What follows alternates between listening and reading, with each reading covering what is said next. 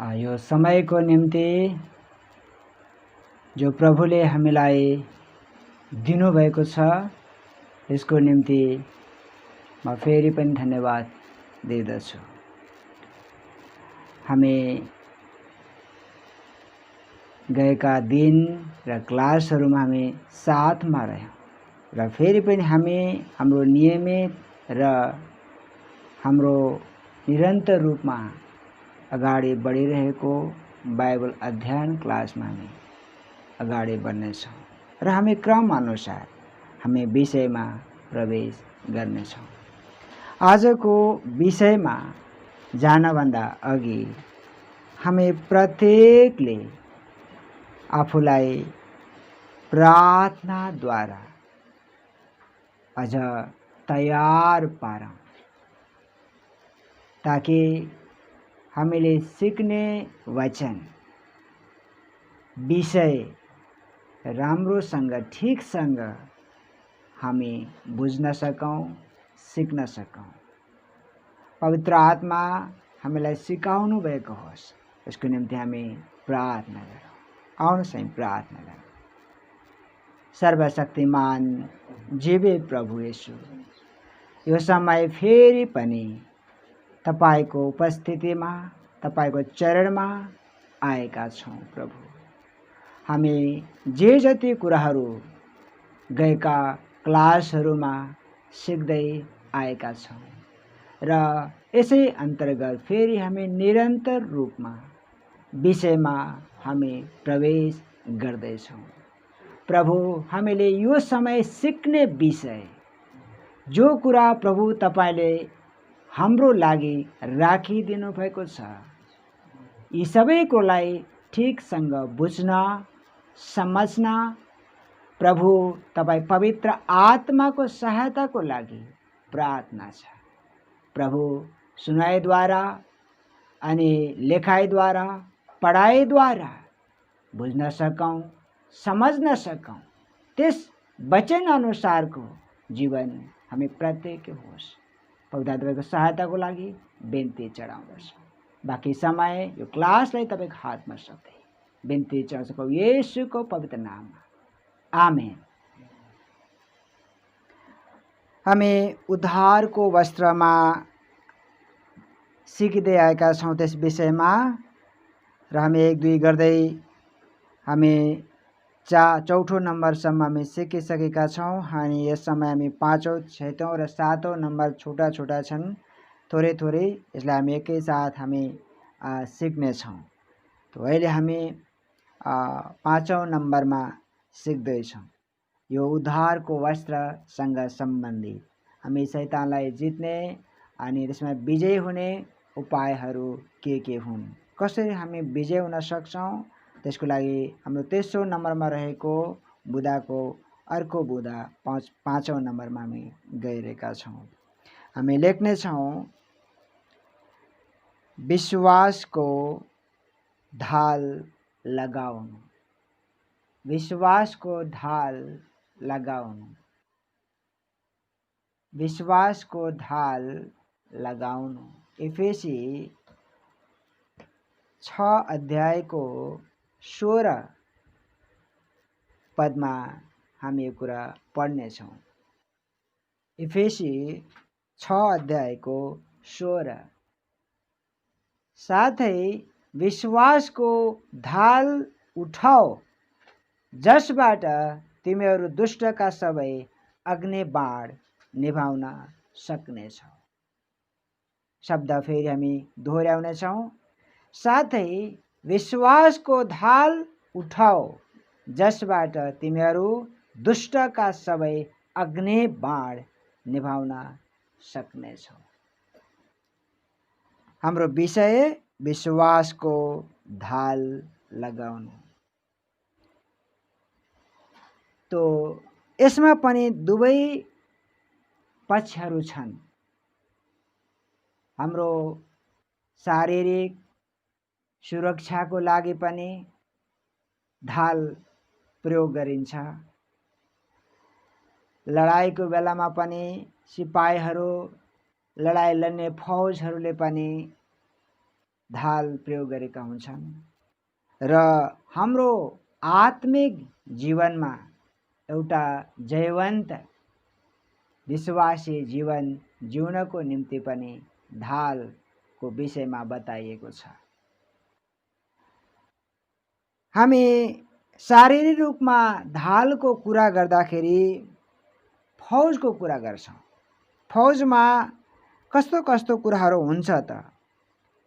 खास गरी लडाई लड्दा आफूलाई बचाउन लगाउने धातु वा छालाका पाता या अन्य कुनै प्रकारका ढाल बनाइएको हुन्छ ताकि त्यसबाट आफ्नो सुरक्षा होस् भनेर ढाल लगाइएको हुन्छ, आफ्नो सुरक्षाको लागि।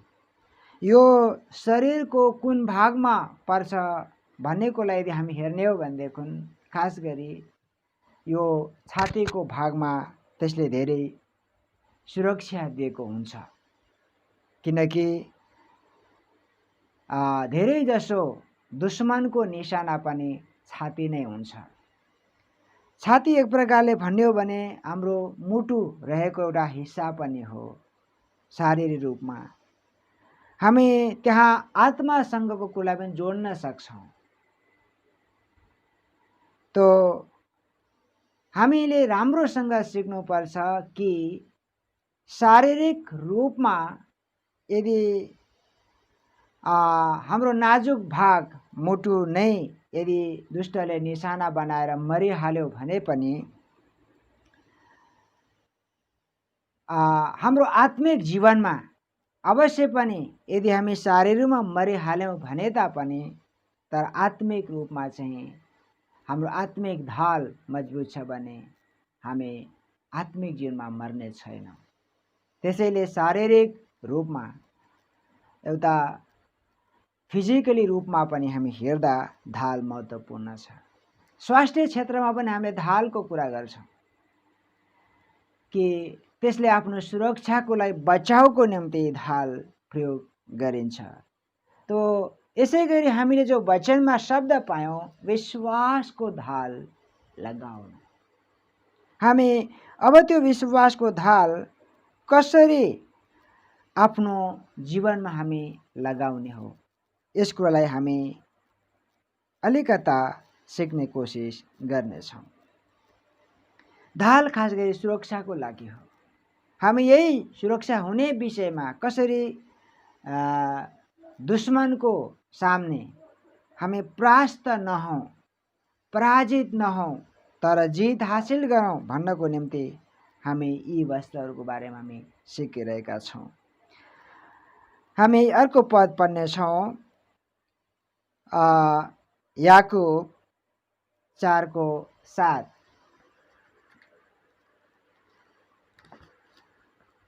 याकुब 4:7।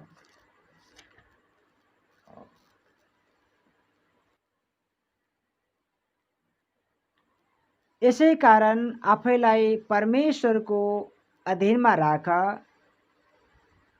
दियाबलसको विरोध गर र त्यो तिमीहरूबाट भाग्नेछ। म फेरि शब्द दोहोऱ्याएँ, यसै कारण आफैलाई परमेश्वरको अधीनमा राख, दियाबलसको विरोध गर र त्यो तिमीहरूबाट भाग्नेछ। यहाँ एक शब्दलाई जोडेर हामी अगाडि बढ्छौँ, आफैलाई परमेश्वरको अधीनमा राख। एक शब्द छ, कारण हाम्रो ढाल भनेको विश्वासको ढाल हो। अन्य कुनै प्रकारको धातु या कुनै चिजहरू प्रयोग गरेर बनाएका ढाल होइन। कोही प्लास्टिकका, कोही अन्य धातुहरू, फलामका, पित्तलका, सुनका, चाँदीका अन्य क्षमता अनुसार साधनहरू अथवा चिजहरू अपनाएर ढाल बनाइन्छ। तर हाम्रो ढाल चाहिँ विश्वासको ढाल हो। यसैले यहाँ शब्दले आफैलाई परमेश्वरको अधीनमा राख। पहिलो कुरा त हाम्रो विश्वासको ढाल मैले लगाउनु हो भने मेरो सम्बन्ध परमेश्वरसित नजिकको सम्बन्ध हुनुपर्छ। र परमेश्वर हुनुहुन्छ कि हुनुहुन्न भन्ने कुरा हाम्रो विश्वास पनि त्यहाँ पहिला पक्का हुनुपर्छ। परमेश्वर हुनुहुन्छ, एक परमेश्वर हुनुहुन्छ, त्यसमाथि म विश्वास गर्दछु।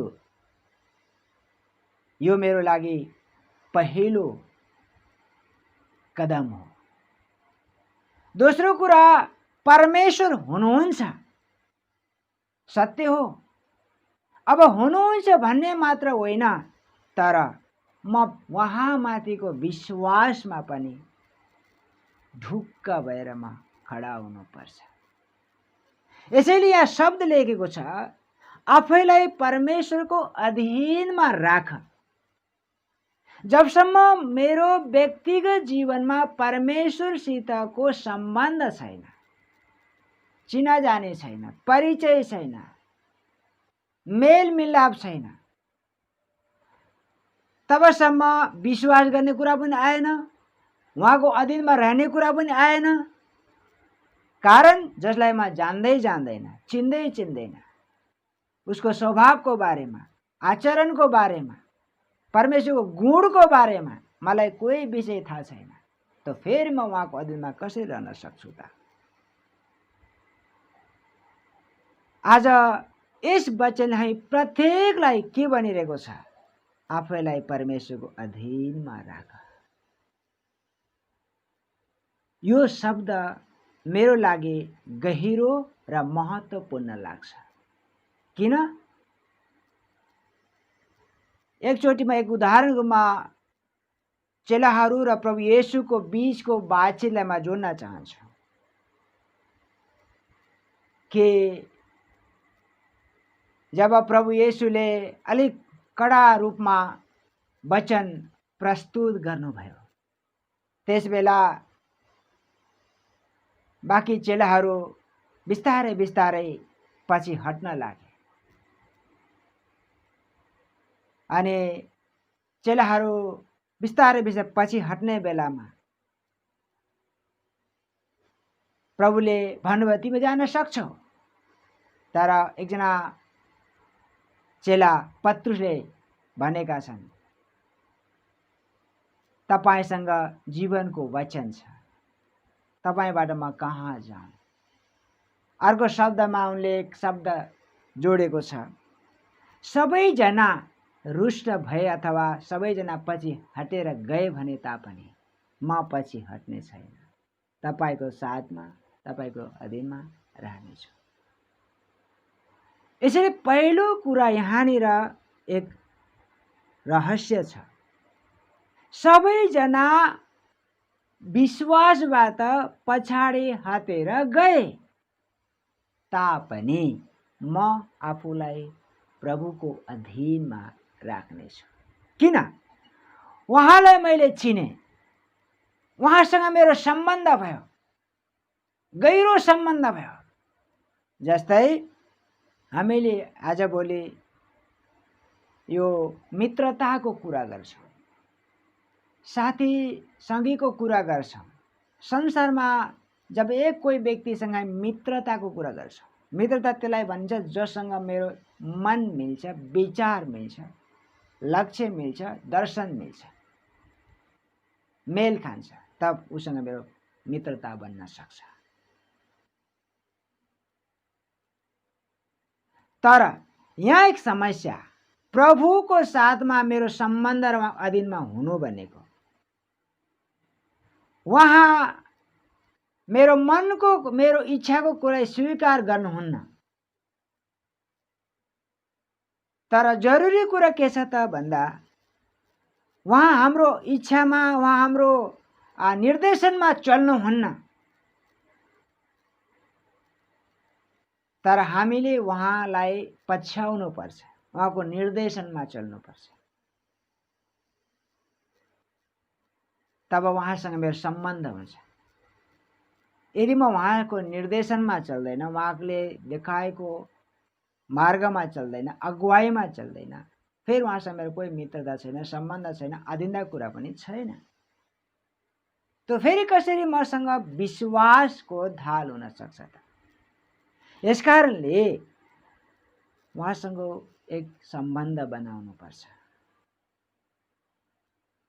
त्यो सम्बन्ध कसरी बन्न सक्छ त भन्दा, म मेरो इच्छा चाहदैन, मेरो प्रभु जो परमेश्वर हुनुहुन्छ उहाँ जो चाहनुहुन्छ म त्यसमा मन्जुरी छु, मलाई सहमत छ, तब उहाँसँग मेरो सम्बन्ध छ र म उहाँको अधीनमा रहन सक्छु। समय आउँछ, परिस्थिति आउँछ, सबैजना हातेर जान्छन्, प्रभुबाट पछाडि जान्छन्, तर म के गर्छु? प्रभुमा म रहिरहन्छु। तब अगाडि अर्को शब्दले के भन्छ? तब के गर? दियाबलसको विरोध गर। जबसम्म प्रभुको अधीनमा रहँदैन, त्यो विश्वास जब म छैन, तब म कुनै पनि हालतमा दियाबलसको विरोध गर्न सक्दैन। अगाडि फेरि के लेख्छ? तब त्यो तिमीहरूबाट भाग्नेछ। हाम्रो विषय के हो? शैतान कसरी मेरो सामनेबाट भाग्न सक्छ त?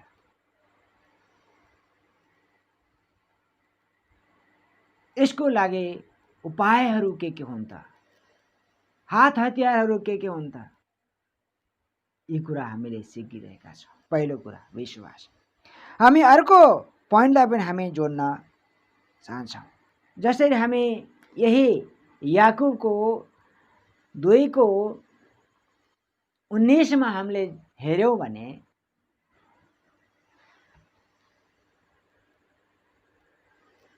तिमीहरू विश्वास गर्दछौ कि परमेश्वर एउटै हुनुहुन्छ, त्यो असल हो। भूतात्माहरू पनि विश्वास गर्छन् र थरथर काम्दछन्। अब यसबाट हामी के सिक्छौँ? मेरो विश्वासको कुरा छ, मेरो विश्वासको ढालको कुरा छ। हाम्रो विश्वास के छ? एक परमेश्वर हुनुहुन्छ भने तिमी विश्वास गर्छौ, यो ठिक छ, असल छ। तर यो विश्वास त भूत आत्माहरूले पनि गर्छन्। विश्वास मात्र गर्दैनन्, अझ थरथर काँप्छन्। यसको मतलब हाम्रो विश्वास त ती भूत आत्माहरूको भन्दा कम हुनु भएन। एक मात्र परमेश्वर उनी विश्वास गर्छन् और डराउँछन्, काँप्छन्, थरथर काँप्छन्। उसलाई जित्नु हो भने देखुन्, उसलाई हामीले परास्त गर्नु हो भने देखुन्, उसमाथि हामी विजय हुनु हो भने देखुन्। हाम्रो साधन, हाम्रो उपाय, हात हतियार हामीसँग छैन। बल प्रयोग गरेर हुँदैन, बुद्धि प्रयोग गरेर हुँदैन, और कोही चीज प्रयोग गरेर सम्भव छैन। सम्भव यति मात्र छ, जब त्योभन्दा बढ्ता सम्बन्ध मेरो प्रभुसँग छ। विश्वास मात्र होइन, हामी उहाँको डर मान्दै, उहाँको अधीनमा बस्दै, म जे इच्छा गर्छु होइन, तर उहाँ जे इच्छा गर्नुहुन्छ त्यसमा म मन्जुरी छु। यसरी हामी चल्दै जाँदा हाम्रो साथमा उपस्थित एकजना हुनुहुन्छ, तब हामी एक सुरक्षित अवस्थामा रहन्छौँ। हामी पुरानो नियममा कति समय परमेश्वरले आफ्नो दासहरूलाई, अगमवक्ताहरूको विषयमा पनि भन्नुहुन्छ, म तेरो ढाल हुँ, म तेरो रक्षक हुँ, नडर, म तेरो ढाल हुँ, म तेरो रक्षक हुँ, नडर। यसैले हाम्रो ढाल विश्वासको परमेश्वरमा चाहिँ म तेरो ढाल हुँ, म तेरो रक्षक हुँ। उहाँसँग मेरो सम्बन्ध हुनु जरुरी छ। पहिलो यूहन्ना 5:4-5 लाई पनि हामी हेर्न जाँदैछौँ। पहिलो यूहन्ना 5:4-5। किनकि परमेश्वरबाट जन्मेको हरेकले संसारमाथि विजय प्राप्त गर्छ र संसारलाई जित्ने विजय हाम्रो विश्वास हो। संसारमाथि विजय प्राप्त गर्ने को हो? त्यही हो जसले येशू ख्रीष्ट परमेश्वर पुत्र हुनुहुन्छ भनी विश्वास गर्छ। म सिर्फ एक विजयको विषयमा कुरा गर्न चाहेको छु। हाम्रो विषय त्यो छ,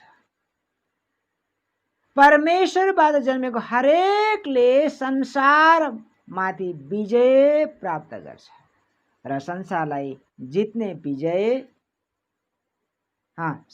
जित्ने विजय हाम्रो विश्वास हो। अगाडि संसारमाथि विजय प्राप्त गर्ने को हो? त्यही हो जसले येशू ख्रीष्ट परमेश्वर पुत्र हुनुहुन्छ भने विश्वास गर्छ। अब यहाँनिर त्रित्वको विषयमा हामीले बुझ्न जरुरी छ। वो प्रसङ्ग अहिले छैन। येशू ख्रीष्ट परमेश्वरको पुत्र हुनुहुन्छ भने जसले विश्वास गर्छ।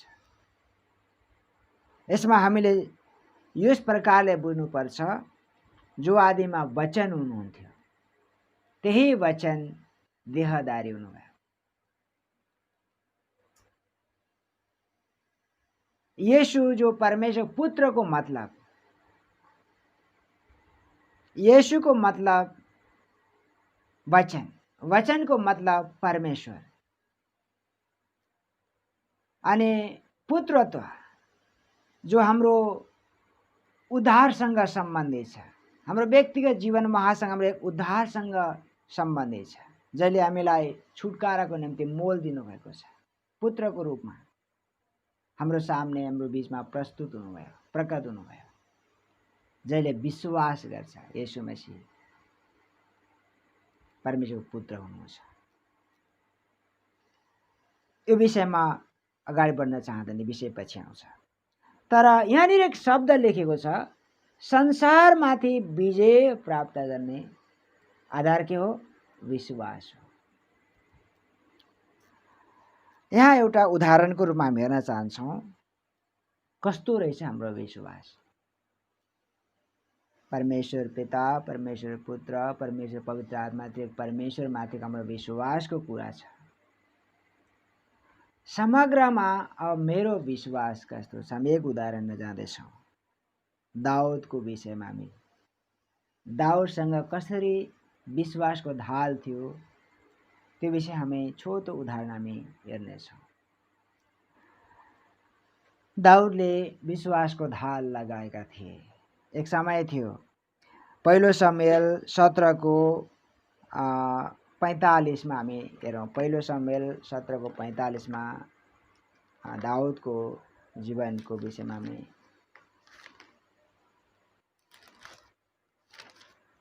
एक सन्दर्भ, घटनाक्रम हामी यहाँ हेर्नेछौँ।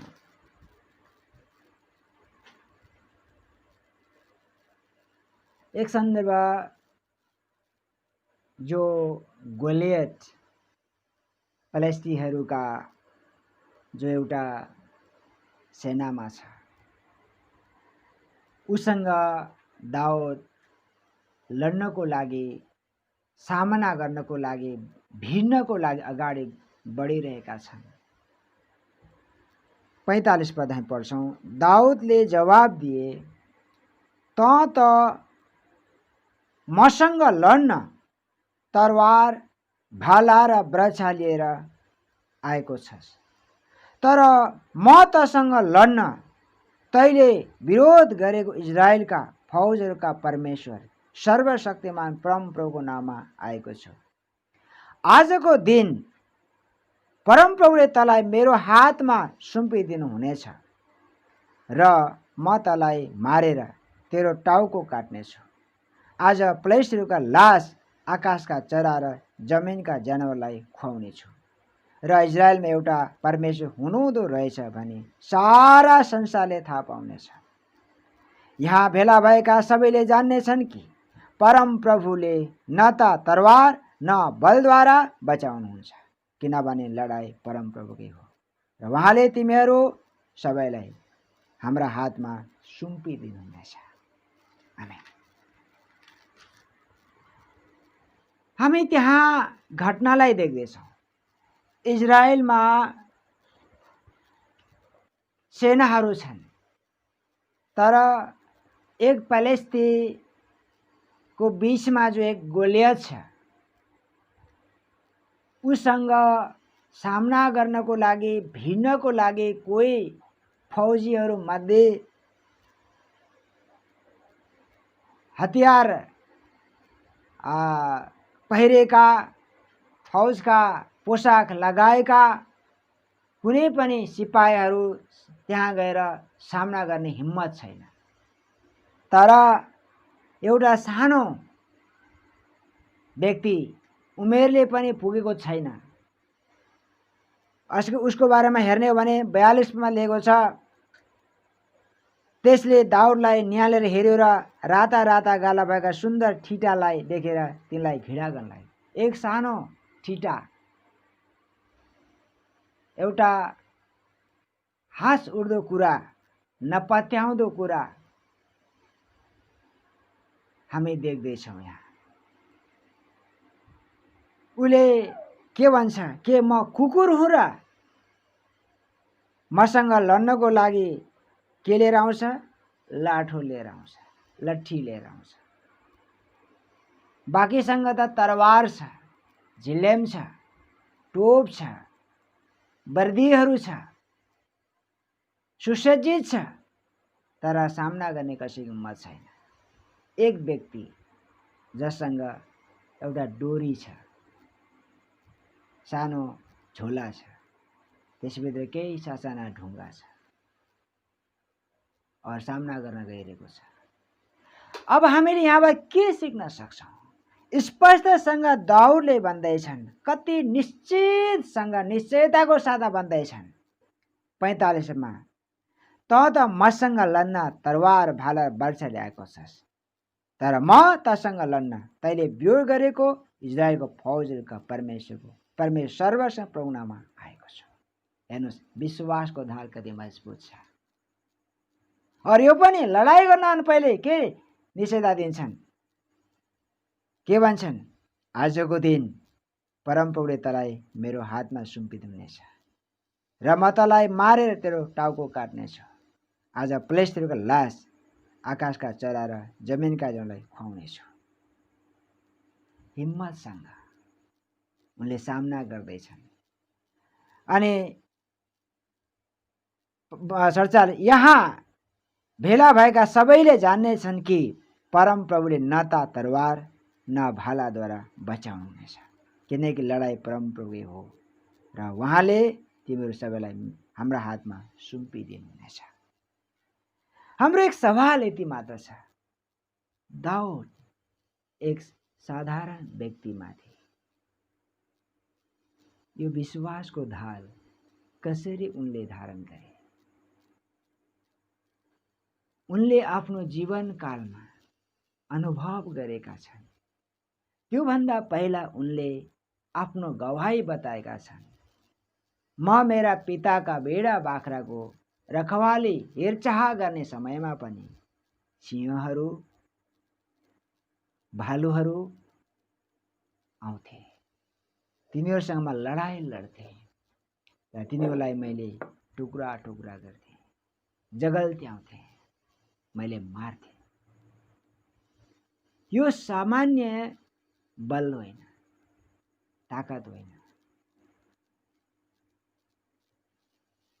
यसैले यहाँ पनि उनले यही कुरालाई निश्चयता साथ भन्दैछन्, मेरो साथमा को छ? सर्वशक्तिमान परमेश्वरको नाउँमा म तेरो सामने आएको छु। हेर्दा डरलाग्दो छ। गोलियतको विषयमा हेर्ने हो भने उसको उचाइ, उसको लम्बाइ चौडाइ, उसका हतियार, एउटा हतियार उसको 60-70 किलो छ। उसको वजन हेर्दा डरलाग्दो छ। आखिरमा जब एक विश्वासको ढाल लगाएको व्यक्तिको सामने ओ केही पनि होइन रहेछ। शैतान त्यस्तै किसिमले हाम्रो सामने भयानक रूपमा प्रकट हुन्छ, डरलाग्दो तरिकाले प्रकट हुन्छ। म केही होइन जस्तो भने वो एकदम भयानक रीतिले प्रकट हुन्छ। तर मसँग विश्वासको ढाल छ। जसरी दाउदले भने, म इजरायलको फौजका परमेश्वर सर्वशक्तिमान परमेश्वरको नाउँमा तसँग लड्न आएको छु। मसँग के छैन? तरवार छैन, अत्याधुनिक लडाई लड्ने हतियारहरू छैन। दुनियाँले जानोस् लडाई कसको हातमा रहेछ? परमेश्वरको हातमा। यसबाट हामीले दुईटा पाठ सिक्छौँ। एउटा, मेरो व्यक्तिगत जीवनमा हामीले हरेक दिन लडाई लड्ने चिज मेरो व्यक्तिगत जीवनमा लागू हुने कुरा छ। त्यसको लागि विश्वासको ढाल मैले लगाएको हुनुपर्छ। दोस्रो कुरा, उनले के भन्दैछन्? संसारले जानोस्, के जानोस्? इजरायलमा एक सर्वशक्तिमान परमेश्वर हुनुहुन्छ। यो राष्ट्रको लागि पनि चेतावनी भयो, देशको लागि पनि चेतावनी भयो। योसँग हामीसँग सामना गर्ने कोही ताकत छैन। कारण लड्नको लागि तरवार पनि होइन, भाला पनि होइन, लडाई परमेश्वर हातमा छ। निश्चयता छ। यसैले आज एक जो प्रभुदास विश्वासमा जो खडा हुन्छ, अहिले हामीले सेवकाईको कुरा गरिरहेका छौँ। हाम्रो सेवकाईमा हामीले लक्ष्यलाई पक्रेर अगाडि जाने विषय कुरा गरिरहेका छौँ। यसमा पनि हामीलाई एउटै कुराको खाँचो छ। चाहे परिस्थिति जस्तो सुकै किन नहोस्, जसलाई परमेश्वरले विश्वासको ढाल लगाएर खडा गर्नुभएको छ, वो विजय भएरै छोड्नेछ। सामना गर्दा पराजित हुने छैन, हार बेहोर्ने छैन। हामीले भजन सङ्ग्रह 15 को 4 मा पढिसकेका छौँ। उसले नोक्सान गुमाउनु परे तापनि आफूले बोलेर के गर्दैन? फेरबदल गर्दैन। उसी तरह विश्वासमा मजबुत छ, पक्का छ, साथमा मेरो कोही छैन तर एकजना हुनुहुन्छ। यस प्रकार जब हामी लडाई लड्छौँ, यस प्रकार हामी सामना गर्दैछौँ, हम व्यक्तिगत जीवनमा जब विजय हासिल गर्दै जान्छौँ, शैतानका अड्डाहरू हिल्न सुरु गर्नेछ, काप्न सुरु गर्नेछ। यसकारण यहाँ ठुलो जनमानस एउटा भिडको पनि कोही जरुरी छैन। एक व्यक्ति, इजरायलमाथिका धेरै फौज थिए, हामी संख्या त्यति बेला भन्न सक्दैनौँ। अहिले हामी यहाँ सामना गर्ने हिम्मत छ। एक व्यक्ति जहिले सामना गरिरहेको छ। जब उनले गोलियतको शिर काटे, बाँकी सब परास्त भए। यसैले आज दाऊद जस्तै एक वीर योद्धा जसले विश्वासको ढाल पहिरेको छ, आज खडा हुन जरुरी छ। बाँकी पछाडिबाट हेरिरहेको छ, तर परिस्थिति के छैन त भन्दा सामने गएर भिड्नको लागि सामना गर्नु हिम्मत छैन। किन? उसँग विश्वासको ढाल छैन, तयारी छैन। कोही लडिहाल्यो, कोही कसैले पराजित गरिहाल्यो भने पछि पछि म पनि आउँदैछु। सायद हुनसक्छ हाम्रो सेवकाईको जीवनमा पनि यो कुरा अहिले हाम्रो परिस्थितिमा प्रयोग हुन जरुरी छ। एउटै चिज छ, पछाडिमा छु तर अगाडि आएर सामना गर्ने हिम्मत छैन, विश्वासको ढाल छैन। यो विश्वासको ढाल सिक्ने विषयमा कस्तो चिज हो त? दाऊदले निश्चयसँग मसँग त कोही चिज छैन, तरवार छैन, भाला छैन, तर सर्वशक्तिमा परमेश्वरमा आएको छु। हाम्रो जीवनमा परिस्थिति विपरीत हुन्छ। कति बेला खानपिनको अभावले हामी भोकको अवस्थामा रहनुपर्ने हुनेछ, तर मसँग के छ? विश्वासको ढाल छ। एक दिन खाना छैन, 2 दिन खाना छैन, कोही बात नहीं, तर मलाई विश्वास छ परमेश्वर मेरो साथ हुन्छ। सधैँ मलाई पनि भोको राख्नुहुन्न। अभावको बावजुद पनि म यसमाथि विजय हुन सक्छु, म जयवान हुन सक्छु। जसले भरोसा राख्छ, विश्वास राख्छ, त्यो ढाल पहिरिन्छ, ऊ कहिले पनि निराशा बन्ने छैन, हार्ने छैन। लक्ष्यबाट ऊ दायाँ बायाँ मुड्ने छैन, निशानाबाट दायाँ बायाँ लाग्ने छैन। निशाना पक्रेको छ, लक्ष्यतिर अगाडि बढेको छ। आज यस्ता योद्धा चाहिएको छ, विश्वासको ढाल पहिरेका योद्धा। आज सीमित सानो झुण्ड, सानो सङ्गतिको लागि मात्र होइन, यो कुरा त समग्र सम्पूर्ण राष्ट्र हो, सम्पूर्ण संसारको लागि खाँचो छ। आज देशको लागि खाँचो छ। को छ आज संसार परमेश्वरले अभिषेक गरेको व्यक्ति, और जसले परमेश्वर ठीकसँग आफ्नो सम्बन्ध बनाइराखेको छ? दाउद जस्तै जङ्गलमा बस्छन्, बाँसुरी बजाउँछन्, बेडा बजाउँछन्, साथमा कोही त छैन, बेडा बाख्रा छन्, तर सम्बन्ध एकजनासँग छ, सर्वशक्तिमान परमेश्वर, जसको आराधना गर्छन्। तर उनमा एउटा स्वभाव छ, वफादार छन्। आफ्नो जिम्मेवारमा उनी कहीँ पनि ढिलढाल छैन। आफ्नो बाबुको भेडा बाख्रा हेरचाह गर्नप्रति जिम्मेवारशील छन्। गैर जिम्मेवार काम उनले गर्दैनन्, आफ्नो जिम्मेवार ठिकसँग पुरा गर्छ। समय आयो परमेश्वरले त्यही व्यक्तिलाई सबको सामने प्रस्तुत गर्नुभयो। उनका 7 दाजुहरू मध्ये 8औं कान्छो अभिषिक्त हुँदा सबैको लागि नमजा थियो। म ठुलो छु, शक्तिशाली छु, ज्ञानमान छु, लडाईँको अनुभव गरेको छु। जेठोदेखिले हेर्ने बेलामा अभिषेक कान्छोलाई हुन्छ। किन? उसमाथिको विश्वासको धार, सम्बन्ध परमेश्वरसित छ। परमेश्वर ओ व्यक्ति चाहनुहुन्छ। कतिजनाले आज मसँग एक प्रश्न गर्नुहुन्छ, तेरो योग्यता बता, तेरो प्रोफाइल बता, तैँले कुन चाहिँ हाई स्कुलमा तैँले चाहिँ उपाधि हासिल गरेको छस् बता, नै त तेरो मान्य हुने छैन। कति बेला जब सन्देश आउँछ, म तर्साउने खालको सन्देश आउँछ, तेरो पहिले योग्यता बता। म भन्छु मेरो योग्यता गुप्तमा छ, म योग्यता बताउँदैन। मेरो योग्यता विश्वासको धार।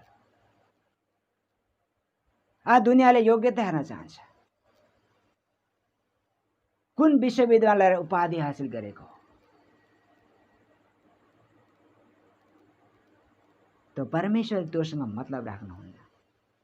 व्यक्तिगत जीवनमा परमेश्वर सम्बन्ध चाहनुहुन्छ, उपाधि होइन। हाम्रा ठुला ठुला हामीले उपाधि हासिल गरेका सर्टिफिकेटहरू होला, प्रमाणपत्र होला, तर जब परमेश्वर सम्बन्ध छैन, सर्टिफिकेटले, प्रमाणपत्रले कोही काम दिने छैन। लडाई यहाँ छ। चाहे एक अनपढ व्यक्ति किन होस्, तर जसको सम्बन्ध परमेश्वरसित मजबुत छ, विश्वासको ढाल पहिरेको छ, प्रभुले आफ्नो समय बनाउनेछ। यसकारण हामी यस कुरामा कदापि हरेस खाँदैनौँ। यसमा अर्को कुरा हामी यसमा जोड्न चाहन्छौँ कि विश्वास के हो। हामीले हिब्रू 11:1 पढ्ने हो भने विश्वास के हो त? म यस विषयमा जान चाहन्न। अब त्यसमा पक्का छ विश्वास के हो। जो म देख्दैन परमेश्वरलाई, तापनि म विश्वास गर्छु, म ढुक्क छु, जसँग मेरो सम्बन्ध छ। त्यसैले स्वर्ग काल्पनिक होइन, स्वर्ग यथार्थ हो। हामी कतिचोटि स्वर्गको विषयमा कुरा गर्दा नै स्वर्ग काल्पनिक हो, तर प्रभुको आत्मा के भन्नुहुन्छ? तेरो लागि स्वर्ग काल्पनिक हो नि, काल्पनिक हो। जब समय आउनेछ नि, कतिजना स्वर्गमा रमाइरहेका हुनेछन्, तेरो लागि आगोले इन्तजार गरेको छ। किन? स्वर्ग काल्पनिक थियो, गएर भत्तीमा तड्पिनेछ। तर मेरो लागि स्वर्ग काल्पनिक होइन, यथार्थ हो, वास्तविक हो, सत्य हो। परमेश्वर काल्पनिक होइन, यथार्थ हो, वास्तविक हो। हाम्रो सोचमा के छ? परमेश्वर काल्पनिक हो, कसैले देखेको छैन, न उहाँको कोही रूप छ, कोही चरित्र छ, न कोही अनुहार छ, काल्पनिक हो। जसको लागि काल्पनिक हो, काल्पनिक हो, तर जसको लागि यथार्थ हो, यथार्थ हो। हामी काल्पनिक कुरामा डुब्दैनौँ, यथार्थ कुरामा, सत्यतामा हामी भरोसा गर्छौँ। मुक्ति काल्पनिक होइन, मुक्ति यथार्थ हो, उद्धार यथार्थ हो, आत्मिक जीवनमा उद्धार यथार्थ हो, येशूमा छ। उद्धार येशूमा छ, काल्पनिक होइन। विश्वासमा निश्चयताका साथमा हामीले भरोसा गर्नुपर्छ। पवित्र आत्मा काल्पनिक होइन, यथार्थ हो। अगुवाई गर्नुहुन्छ, सिकाउनुहुन्छ, सल्लाह दिनुहुन्छ, मद्दत गर्नुहुन्छ, मधेस गर्नुहुन्छ। शैतान काल्पनिक होइन, यथार्थ हो। शैतान छ, काल्पनिक होइन, यथार्थ हो। तर शैतानको विषयमा कुरा गर्ने सन्दर्भमा हामीले उसलाई एक चुनौती दिन सक्छौँ। के चुनौती? ए बाबुजी, बन्दुक छ तर गोली छैन। शैतान छ, काल्पनिक होइन, यथार्थ हो। तर हामी के चुनौती दिन्छौँ? तसँग जुन हुनुपर्ने शक्ति हो, सामर्थ हो, त्यो चाहिँ के भयो? निस्तेज भइसकेको छ, शिर कुच्लिसकेको छ आधिकारिक रूपमा। यो विश्वासको ढाल मैले धारण गरेको छु। यसैले हामी विश्वासको साथमा के गर्छौँ? सामना गर्छौँ। काल्पनिक होइन, यथार्थ हो। तर के हो? उसको अधिकार, उसको हैसियत भ्रष्ट भइसकेको छ, उसको हक खोसिएको छ, शिर कुच्लिएको छ। यसैले हामी उसलाई के भन्छौँ? खेलौनाको रूपमा, जो वास्तवमा जो विश्वासको ढालमा आफू सुरक्षित छ, वो एक चीज खेलौना जस्तै छ। तर जसको लागि जो वचनमा उद्धारमा परिपक्व छैन, यो खेलौना होइन, डरलाग्दो कुरा हो। हामीसँग खेल्न पनि सक्दैन। यसैले वास्तविक रूपमा हामी वचनमा मजबुत भएर उद्धारको जीवनमा परिपक्व बनेर हामी यसको सामना गर्न सक्छौँ। र अर्को कुरा, मैले गएको समय पनि केही कुरा भने याद दिलाएँ। हाम्रो विश्वासको ढाललाई कमजोर बनाउने त्यसको शत्रु भनेको शङ्का हो। परमेश्वर हुनुहुन्छ कि हुनुहुन्न? मेरो साथमा हुनुहुन्छ कि हुनुहुन्न? मैले मुक्ति पाएँ कि पाएन? उद्धार ममा छ कि छैन? कुना कुनामा हाम्रो भाग भागमा एक एक कुरामा शङ्काले हामीलाई विश्वासबाट टुक्राइदिन्छ। हामी याकुब 1:5 यो कुरा हामी हेर्छौँ। याकुब 1 प्रार्थनाको विषयमा, याकुबको पत्रमा हामी यो कुरा हेर्छौँ। प्रार्थना हाम्रो कसरी हुनुपर्छ? 1:5 देखि 8 हामी पढ्छौँ। याकुब 1:5 देखि 8। तर यदि तिमीहरूमध्ये कसैलाई बुद्धिको अभाव छ भने उद्धार चित्तसँग नझर्की दिनुहुने परमेश्वरलाई त्यसले मागोस् र त्यसलाई त्यो दिनेछ। तर त्यसले कति पनि शङ्का नगरे विश्वास साथ मागोस्, शङ्का गर्ने चाहिँ बतासले उचाल्दै पछाड्दै गर्ने समुद्रका छाल सम्मान हुनेछ। त्यस्तो मानिसले यो नसम्झोस् कि उसले प्रभुबाट केही पाउनेछ, किनकि दोहोरो मन भएको मानिस उसका सबै चालचलनमा अस्थिर हुन्छ। प्रसङ्ग यहाँ प्रार्थनाको विषयमा, जब तिमी प्रार्थना गर्छौ, जुन विषयको निम्ति प्रार्थना गर्छौ, के को साथ प्रार्थना गर? विश्वासको साथ प्रार्थना गर। सवाल एक यहाँ, जसलाई बुद्धिको अभाव छ प्रार्थना गरोस्, तर बिना शङ्का प्रार्थना गरोस्। जब मैले प्रार्थना गरे, मेरो विश्वास के हुनु पर्यो? मैले पाएँ। मैले प्रार्थना गरे, प्रभुलाई भने, हाँ मेरो यो आवश्यकता छ, ममा यो कमी छ, मैले विश्वास गरेँ। तर शङ्काले के भन्छ? एक शङ्काले भन्छ नै पता नै सुनाइ भयो कि भएन। दोस्रोले के भन्छ? सुनाइ भएको भए त उत्तर पाउनु पर्ने थियो, किन उत्तर मिलेन? तब मेरो विश्वासको ढाल डगमगाउन सुरु गर्छ। मेरो सुरक्षित जो अवस्था छ यो के गर्छ? हिल्न सुरु गर्छ। सुनाइ भएको भए त मैले उत्तर पनि त पाउनु पर्ने थियो। तर यहाँनिर एउटा कुरा हामीले बुझ्नु जरुरी छ, धैर्य। परमेश्वर जवाब दिनुहुन्छ आफ्नो समयमा। तर जो कुरा मैले प्रभुलाई भने, प्रार्थनामा भने, मैले विश्वास गरेँ, हाँ प्रभु सुन्नुभयो, मैले पाएँ, म पक्का छु। तत्काल हाम्रो एक सोच के छ, चाहे जेसु के होस्, तत्काल नहीं, कतै कुरा तत्काल तुरन्त हुन नसक्ला, तर परमेश्वर आफ्नो समय काम गर्नुहुन्छ। यो विश्वास हामी अन्तिम घडीसम्म जब खडा हुन्छौँ, प्रभुमाथिको भरोसा जब हामी राख्छौँ, समयमा सब थोक पुरा हुन्छ। यसैले कुनै पनि चिजमा शङ्का के हो? मेरो विश्वासको दुश्मन हो, शत्रु।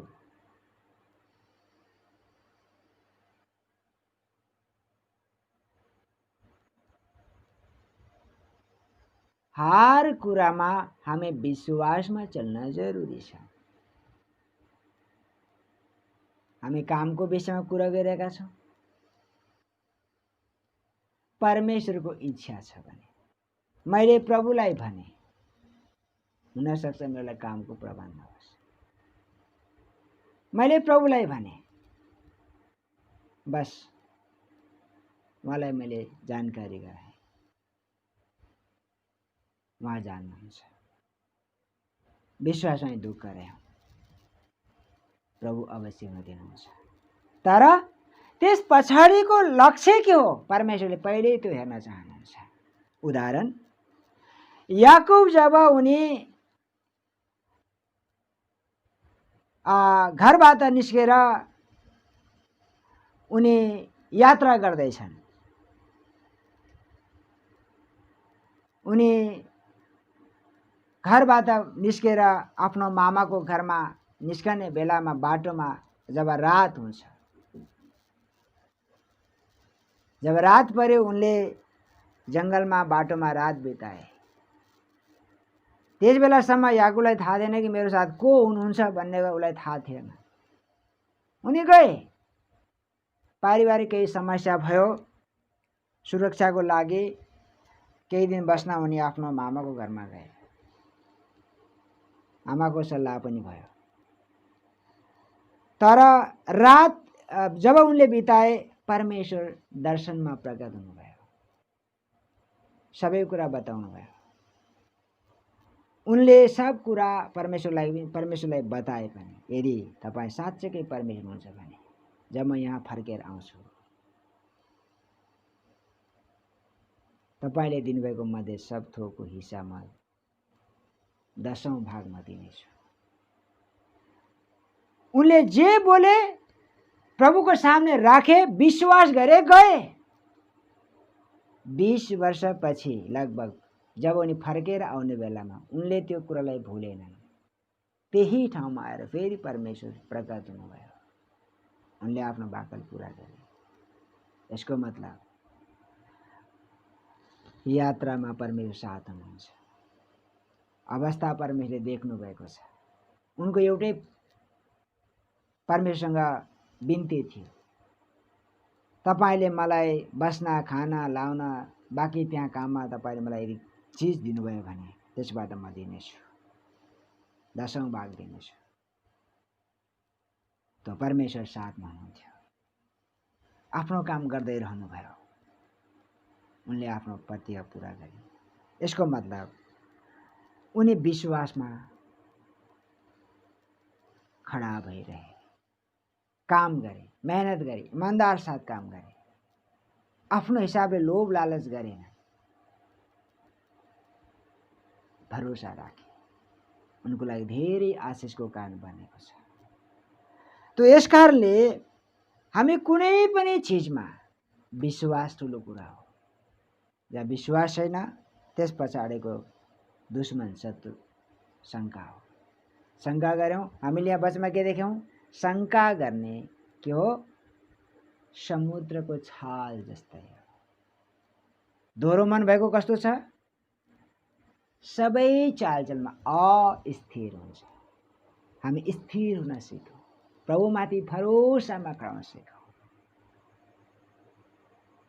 अभाव छ, कोही बात नहीं, तर म विश्वास गर्छु यो कुरा हामी अवश्य पनि हामी यस पाठबाट आफूलाई जाँच्नेछौँ। मेरो विश्वासको ढाल, मेरो सुरक्षाको कवच मबाट नहटोस्। 6औं नम्बरमा जानेछौँ। लेख्नेछौँ, यसमा धेरै समय दिने छैन।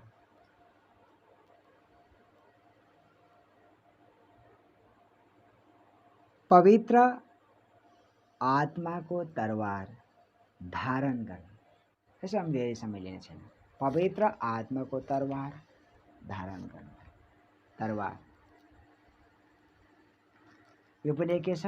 उद्धारको वस्त्रहरूमध्ये एक पोशाक हो, हतियार, तरवार। हम यो वचन कहाँ देख्छौं? एफेसी 6:17 देख्छौं।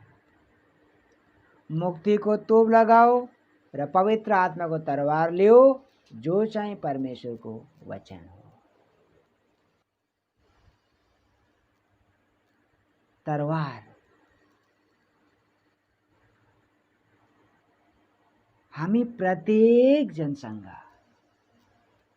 एक तरवार चाहियो।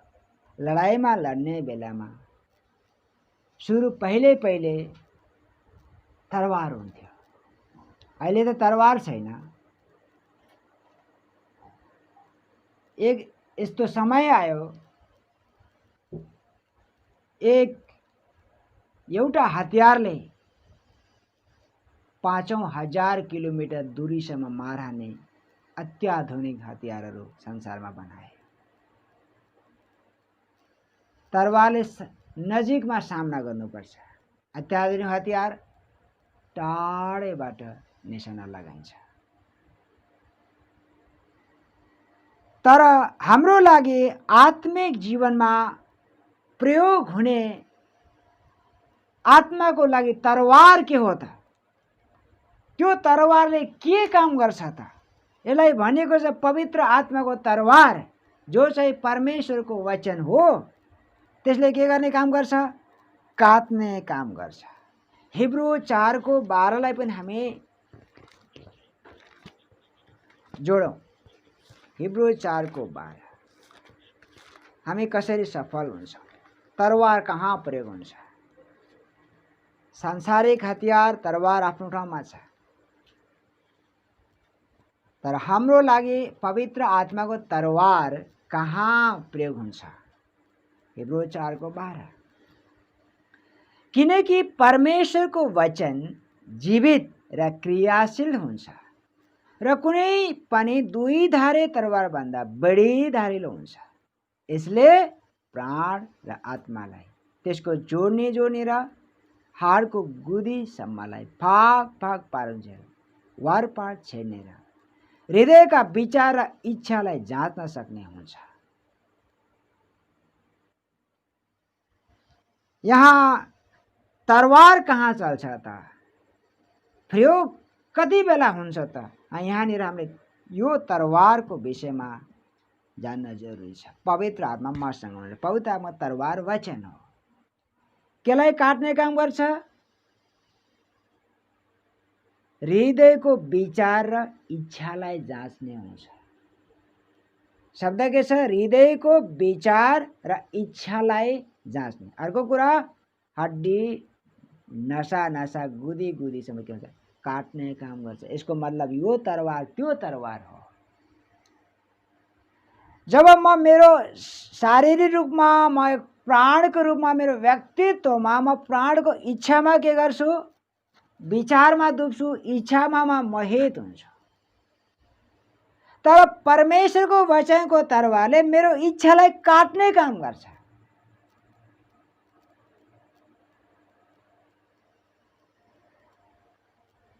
यसैले यहाँ जो प्रयोग हुने जो हतियार छ, तरवार छ, म फेरि यसलाई राम्रोसँग हामी पढौँ, सबैले राम्रोसँग पढौँ।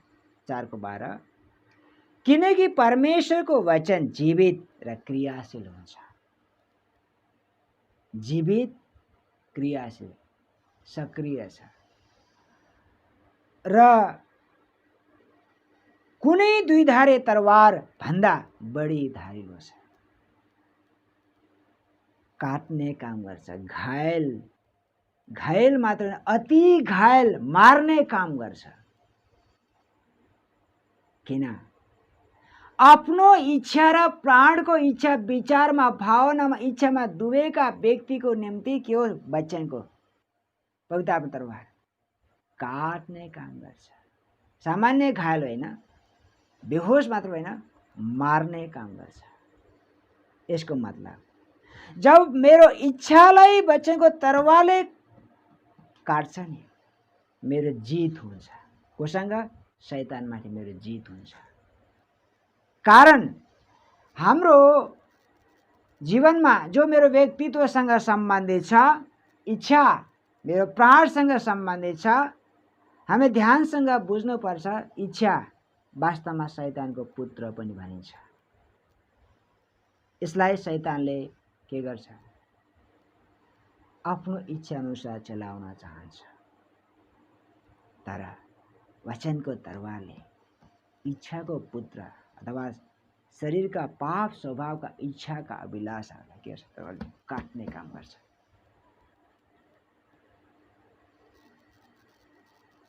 कटिङ गर्ने काम गर्छ, टुक्र्याउने काम गर्छ, मार्ने काम गर्छ। तब शैतान के हुन सक्दैन? मेरो पूर्ण जीवनमा सफल हुन सक्दैन। यस कारणले आज कहीं पनि जब हामी परमेश्वरको वचन सिकिरहेका छौँ, कहीं पनि शारीरिक, भौतिक या कोही हाम्रो बाहिरी रूपमा प्रभाव पार्ने, उत्तेजित गर्ने खालका बाइबलमा कहीं उल्लेख छैन। प्राणको इच्छालाई टुक्र्याउने, काट्ने अनि टुक्रा टुक्रा गर्ने, मार्ने सम्बन्ध परमेश्वरसित जोड्ने काम गर्छ। किन? मैले मेरो प्राणको इच्छालाई के गरेँ? मारेँ। म मेरो आत्मामा परमेश्वरमा के गरेछु? मेल राख्दैछु। पवित्र आत्माको तरवार मभित्र चल्दैछ, जो चाहिँ के हो? वचन हो। यसैले हर विचारमा जित हासिल गर्ने हो भने वचनको तरवार मभित्र चलिरहनु पर्यो। उदाहरण, आज सबै व्यक्तिहरूमा एक समस्या छ, बेविचार, शारीरिक बेविचार। मभित्र बेविचारको मन आयो, विचार आयो। तर त्यसलाई, त्यो विचारलाई कार्यमा बदल्न भन्दा पहिले तरवारले काट्नु पर्यो।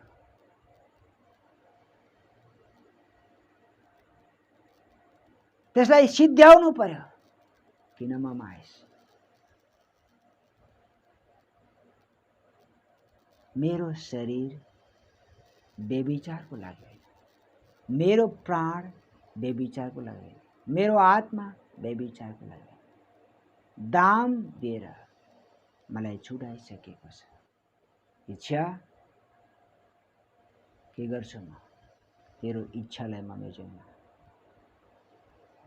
सक्रिय हुन दिने छैन, म निष्क्रिय बनाउनेछु। भित्र तरवार चल्नुपर्छ, निष्क्रिय हुने कुरा। यदि हामीले हाम्रो जीवनमा त्यसलाई एक्टिभेट गर्यौं, सक्रिय बनायौं, हाम्रो हार पक्का भयो। जीवनभर त्यस पछाडि के गर्नुपर्ने हुन्छ? लज्जित, शर्मिन्दा, शोक, पीडा, पता नहीं अन्तमा के हुन्छ, नरकको यातना। यसैले प्रत्येकको जीवनमा आत्माको तरवार, पवित्र आत्मा जो वचन हो, यसैले हामी वचन सिक्न जरुरी छ। तरवार हामी भित्र चलिरहोस्।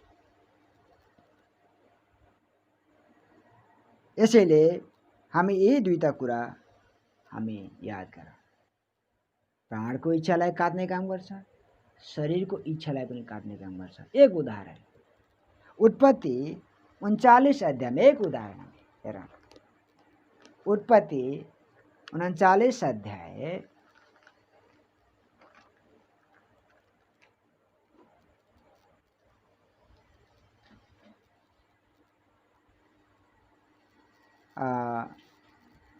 7 मा हामी हेरौँ। यहाँ एक युसुफको विषयमा हामी पढ्न हेर्छ। एक उदाहरण, केही समयपछि 7 देखि हामी अगाडिकै पढ्छौँ। केही समयपछि तिनका मालिककी पत्नीले योसेफ माथि नजर लगाएर भनिन्, मसँग सुत। तर तिनले अस्वीकार गरेर आफ्नो मालिककी पत्नीलाई भने, हेर्नुहोस्, म यस घरमा भएकोले गर्दा मेरा मालिकलाई यस घरमा भएको कुनै कुराको पनि फिक्री छैन र उहाँसँग भएका सबै कुरा उहाँले मेरै जिम्मामा दिनुभएको छ। यस घरमा मभन्दा ठुला कोही छैन। उहाँले तपाईँ बाहेक सबै कुरा मलाई दिनुभएको छ, किनभने तपाईँ उहाँकी पत्नी हुनुहुन्छ। तब कसरी यस्तो घोर दुष्ट काम गरेर परमेश्वरको विरुद्धमा मैले पाप गर्ने? अनि तिनले दिनदिनै योसेफसँग कुरा गरे तापनि तिनीसित सुत्न अथवा तिनीसित बस्न योसेफ मानेनन्। आमेन। योसेफ और हामी 11-12 सम्म पढ्छौँ। एक दिन योसेफ आफ्नो काम गर्न घरभित्र गएका थिए। घरमा अरू कोही काम गर्ने मानिस थिएन। तिनले योसेफको लुगा समातेर भनिन्, मसित सुत। तर आफ्नो लुगा तिनकै हातमा छोडेर योसेफ भागे र घरबाट बाहिर निस्के। आमेन। अब विचार गरौँ, योसेफ भित्र के चलिरहेको छ? तरवार छ कि छैन? जवान सुन्दर योसेफ भित्र इच्छालाई काट्ने काम कसले गर्यो? तरवारले। वचन छ। योसेफको विषयमा उनको बाइबल क्लासको विषयमा हेर्ने हो भने बासे उनले सपना देखे। और कोही क्लास त छैन, तर पनि भित्र के छ? तरवार छ। उनले सामना गरेका छन्, सब थोक मेरा मालिक मेरो हातमा दिनुभएको तपाईँ भए तो फिर म यो दुष्ट काम कसरी गर्न सक्छु? म बात हुन सक्दैन। हर दिन उनले सामना गरेका छन्। एकचोटि होइन, दुईचोटि होइन, मौका हेरेको छ। यसलाई म कति बेला म बसमा पारौँ, कति बेला फसाउँ। समय आयो, एकान्त समय पक्रिन सुरु गरे। उनले के गरे? कपडा समय छोडेर भाग्न सफल भए। कसले भगायो? कसले? योसेफलाई कसले भगायो? यति डरलाग्दो पापदेखि कसले भगायो? भित्र के छ? तरवार चलेको छ, वचनको तरवार काटिरहेको छ। यो तेरो लागि होइन, यो तेरो होइन, यो अरू कसैको हो। यो तेरो लागि होइन, होशियार हो, भित्र भित्र तरवारले कट्ने काम गरिएको छ। यसकारण आज हामी कसैप्रति जब नजर लगाउँछौँ और हामी प्रसन्न पनि हुन्छ। किन नजर लगाएर प्रसन्न हुन्छ? भित्र तरवार छैन। भित्र तरवार चलिरहेको छ भने पवित्र आत्मा के भन्नुहुन्छ? होशियार हो, तेरो लागि होइन, व्यभिचारको पापबाट भाग, तेरो लागि होइन।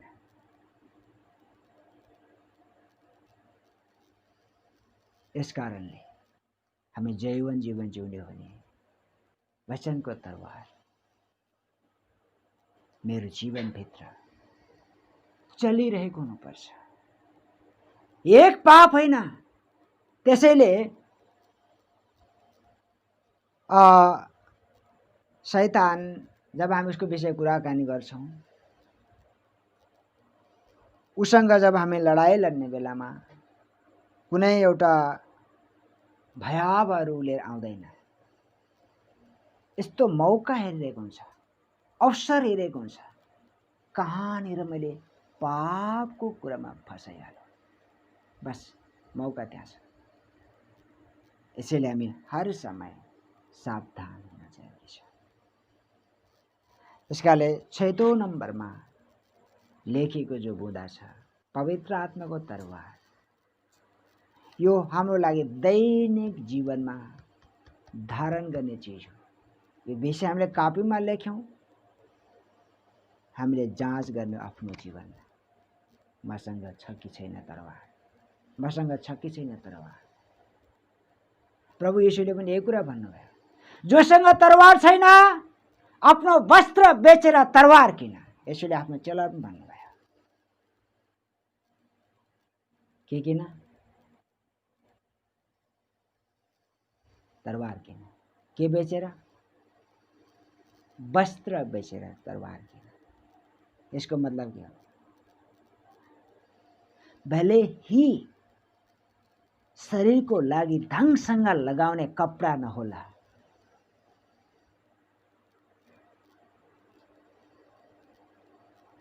साँझ बिहानको लागि खाने ठीकसँग खानेकुरा नहोला, तर के किन? तरवार किन। वचन सिक, तरवार किन। त्यसलाई भलो हुनेछ, सुरक्षित हुनेछ। हामी एक बाहिरी देखावटी वस्त्रको पछाडि जान लगाउँछौँ। वस्त्र ठुलो कुरा होइन। यसैले प्रभुले भन्नुभयो, जोसँग तरवार छैन वस्त्र बेचेर तरवार किन।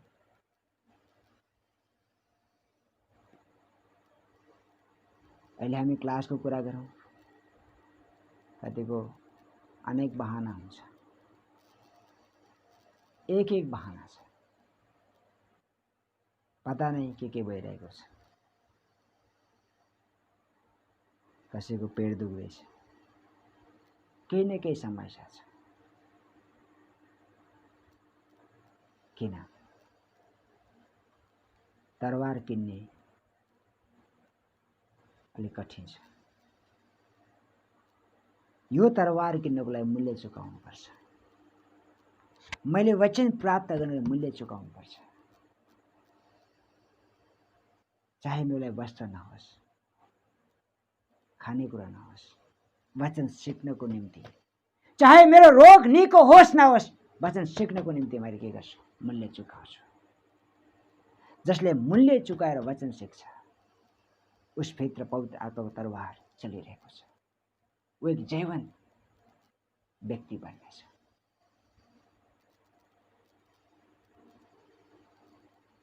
कान खोलेर हामी यो कुरा विषय सुन्नुपर्छ। यो मैले भनिदिएको छैन, स्वर्गका परमेश्वर पवित्र आत्माद्वारा हामीसँग बोलिदिएको छ। हामीले बहुमूल्य चीज गुमाइरहेका छौँ। तर नाश भएर जाने फोहोर चीज, गन्दगी चीजलाई हामीले समय बर्बाद गरेका छौँ। तरवार छैन। तो फेरि हामी हारेको जीवन जिएका छौँ, मसी जीवन, विश्वासी जीवन, हारको जीवन।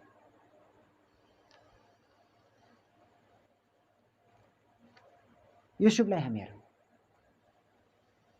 उनी आफ्नो वस्त्र छोडेर भागे, गएर कैदी जीवन बिताएका छन्। परिणाम के भयो उनको लागि? सायद उनले सोचेका थिएनन् युसुफले म प्रधानमन्त्री, म मिश्र देशको प्रधानमन्त्री बन्छु भनेर। उनले आफ्नो वस्त्र छोडेर भागे। छ्यालखानको कैद खानामा उनी गएर कैदी जीवन बिताइरहेका छन्। कैदबाट उठाएर परमेश्वर सिंहासनमा पुर्याउनुहुन्छ। आज परमेश्वर यस्तै व्यक्तिले खोज्नुहुन्छ जसले आफ्नो वस्त्र छोडेर भाग्छ। युसुफले आफ्नो वस्त्र छोडेर भागे। किन चिन्ता गरेन मेरो वस्त्र? उनले कमसेकम सामना गर्न ए मेरो वस्त्र त दे, नहीं, नाङ्गै हो, फरक पर्दैन। तर पापसँग म के गर्दैन, खेल्दैन। आज हामी पापसँग के रहेछ मजा लिइरहेका छौँ। छेडेको कुरासँग के रहेछ मजा लिएछौँ। हामी 7औं नम्बरलाई पनि जोड्नेछौँ यसमा। 7औं नम्बर छ प्रार्थना र अन्तर्विन्तीमा लागिरहनु। प्रार्थना र अन्तर्विन्तीमा लागिरहनु।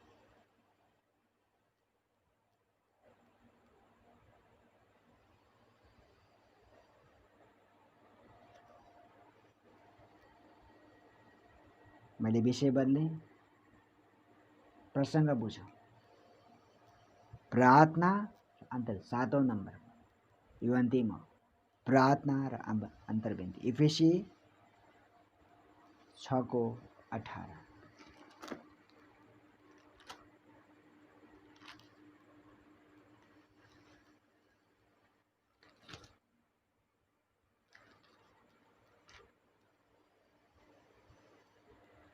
सारा प्रार्थना र निवेदन साथ सब समय पवित्र आत्मामा प्रार्थना गर। यस उद्देश्यले लगनशील र सतर्क भएर सबै सन्द्रका निम्ति प्रार्थना गरिरह। हामी दोहोऱ्याएर पढौँ। सारा प्रार्थना र निवेदन साथ सब समय पवित्र आत्मामा प्रार्थना गर।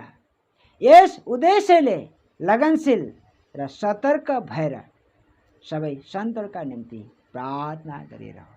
यहाँ निवेदन भन्ने शब्द छ। निवेदनलाई मैले केसँग जोडे? अन्तर्विन्तीसँग जोडे। प्रार्थना प्रार्थना नै हो, निवेदन के हो?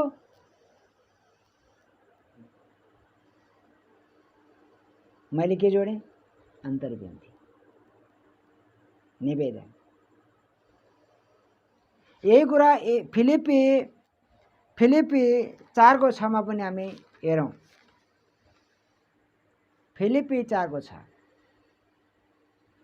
कुनै कुरामा चिन्तित नहो, तर हरेक कुरामा प्रार्थना र निवेदनद्वारा धन्यवाद सहित तिमीहरूका बिन्ती परमेश्वरमा जाहेर हुन्। 7 पनि पढौँ। र समझले नै भ्याउन नसकिने परमेश्वरको शान्तिले तिमीहरूको हृदय र तिमीहरूको मनलाई येशूमा रक्षा गर्नेछ। यसलाई फेरि दोहोऱ्याउँ। कुनै कुरामा चिन्तित नहो। एक शब्द छ। वस्त्रको विषयमा किन चिन्ता गर्छौँ? खानेको विषयमा किन चिन्ता गर्छौँ? तरवार किन? और यहाँ शब्द लेख्छ प्रार्थना गर। तर हामी प्रार्थना गर्छौँ, प्रार्थनाप्रति भरोसा छैन, विश्वास छैन। मैले भन्न त भने, तर पता नै परमेश्वर सुन्नुभयो कि भएन। प्रभुले धेरै पटक विश्वासको प्रार्थनाको बारेमा सिकाउनु भएको छ। जसले प्रार्थना गरेर विश्वास गर्छ कि यो पहाड पनि हतेर जा भन्छ, हुनेछ। यसैले प्रार्थना गर। अर्को कुरा निवेदनद्वारा धन्यवाद सहित तिमीहरूका बिन्ती परमेश्वरमा जाहेर हुन् र समाजले नै भ्याउन नसकिने परमेश्वरको शान्तिले तिमीहरूको हृदय र तिमीहरूको मनलाई येशूमा रक्षा गर्नेछ। प्रार्थनाको जीवन आज बन्द भयो, अन्तर्विन्तीको जीवन बन्द भयो। सायद हामी सोच्छौँ हाम्रो निम्ति प्रार्थना त्यति महत्त्वपूर्ण छैन, सायद हामी भन्छौँ अन्तर्विन्ती ठुलो महत्त्व विषय होइन। तर वचनले के भन्छ? प्रार्थना र निवेदनको साथ लागिरह, सतर्क भएर लागिरह, प्रार्थना गर, सतर्क भएर प्रार्थनामा लागिरह, चिन्तित नहो। तिमीहरूका निवेदन माग परमेश्वरमा जाहेर होस्। निवेदन हामीलाई एउटा माग हो, तर यो निवेदन या माग, यसलाई मैले अन्तर्विन्ती भने, हाम्रो माग के हो प्रभुको सामने? हामी आफ्नो बारेमा सोच्दैनौँ। वास्तविक प्रभुको वचनले हामी आफ्नो बारेमा सोच्ने कुरा होइन। यो निवेदन के हो त? हाम्रो माग के हो त? हामी जो कुनै चिज माग गर्छौँ, कुनै एउटा सम्बन्धित निकाय हुन्छ, अफिस हुन्छ, त्यहाँ गएर हामी एक निवेदन पेश गर्छौँ, हजुर यो मेरो माग हो। तर परमेश्वरसित उहाँको उपस्थितिमा हाम्रो प्रार्थना के हो, निवेदन के हो, माग के हो? मैले अन्तर्विन्तीसँग जोडेँ। हाम्रो माग स्वर्गले चाहेको यो हो, तैँले तेरो विषयमा चिन्ता गर्न छोडिदे। फिलिपी 4:6ले पनि भन्यो, के नगर, चिन्तित नहो। तैँले तेरो चिन्ता छोडिदे। तेरो माग के हो? चारैतिर तेरो दायाँ बायाँ लाखौं लाख आत्मा मरिएका छन्, त्यसको चिन्ता गर, त्यसको निम्ति मेहनत गर, त्यसको निम्ति प्रार्थना गर, परिश्रम गर।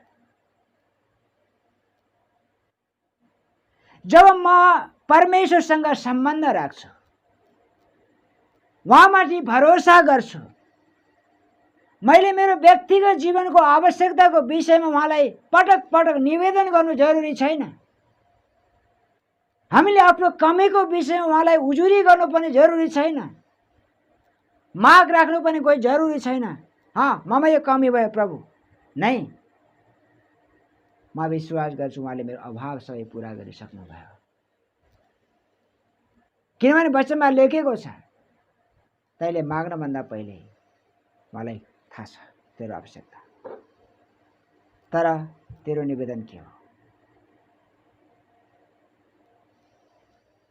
हामी येशूको बारेमा हेर्छौँ। येशूले आज पनि अन्तर्विन्ती गर्नुभएको छ। जब संसारमा आएर मध्यस्थ गर्ने समयमा उहाँले कसरी मलाई मद्दत गर्नुभयो? आफ्नो बारेमा चिन्ता गर्नु भएन, आफूलाई क्रुसमा दिएर मद्दत गर्नुभयो, आफूलाई रित्याइकन उहाँले मद्दत गर्नुभयो। फिलिपी 2:5देखि हेर्ने हो भनेदेखि उहाँले के गर्नुभयो? रित्याउनु भयो। यसरी त्यहाँ लेखेको, तिमीहरूमा के होस्, यस्तो मन होस् जो ख्रिस्टमा पनि थियो। हामीले फिलिपी 2:5देखि हामीले हेऱ्यौँ भनेदेखि उहाँले गर्नुभएको कामको विषयमा देख्छौँ। किन येशूले स्वर्ग छोड्नुभयो? किन मनुष्य रूप बनेर रूप कमाएर भने संसार आउनुभयो? उहाँले त स्वर्गको सुख छोड्नुभयो र आफूलाई क्रुसमा दिनुभयो। यसैले हामीलाई गम्भीर विषय हो। हामी एउटा उदाहरणको रूपमा दानियलको प्रार्थनाको विषयमा हामी हेर्छौँ। यो अध्याय लामो छ।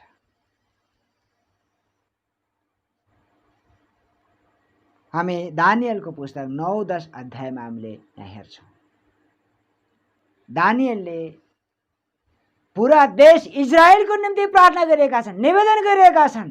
दानियलको किताबमा हामी हेर्छौँ। यो 9-10 अध्याय पुरा आज हामीले पढ्यौँ भनेदेखि हामीलाई थाहा लाग्छ दानियल।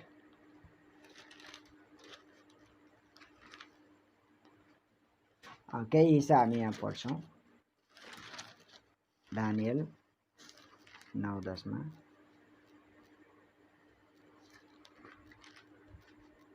9 अध्यायदेखि यहाँ उनको प्रार्थना सुरु हुन्छ। उनको प्रार्थना के छ? उनले आफ्नो जातिको निम्ति अन्तर्विन्दी गरेका छन्। उनले आफ्नो देशको निम्ति प्रार्थना गरेका छन्। पुरा बेबिलोनको कैदमा लगेको अवस्थामा भट्केको यरुसलेमको विषयमा आँसु बगाउँदै आफ्ना निवेदन परमेश्वरमा उनले जाहेर गरेका छन्। त्यस पछाडि उनले आफ्ना पुरा देशवासीको उनीहरूले गरेको पापको विषयमा स्वीकार गर्दै उनले बिन्ती गरेका छन्। हामी यहाँ एक लडाईको बारेमा देख्छौँ।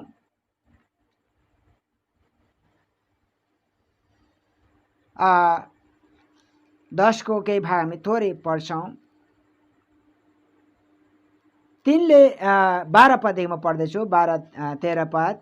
तिनले भन्दै गए, नडराऊ दानियल, तिमीले आफ्नो मन समाजतिर लगाएको र तिम्रो परमेश्वरको सामु आफूलाई नम्र तुल्याएको पहिलो दिनदेखि नै तिम्रो शब्दहरूको सुनवाई भएको थियो र म तिनकै प्रत्युत्तरमा आएको छु।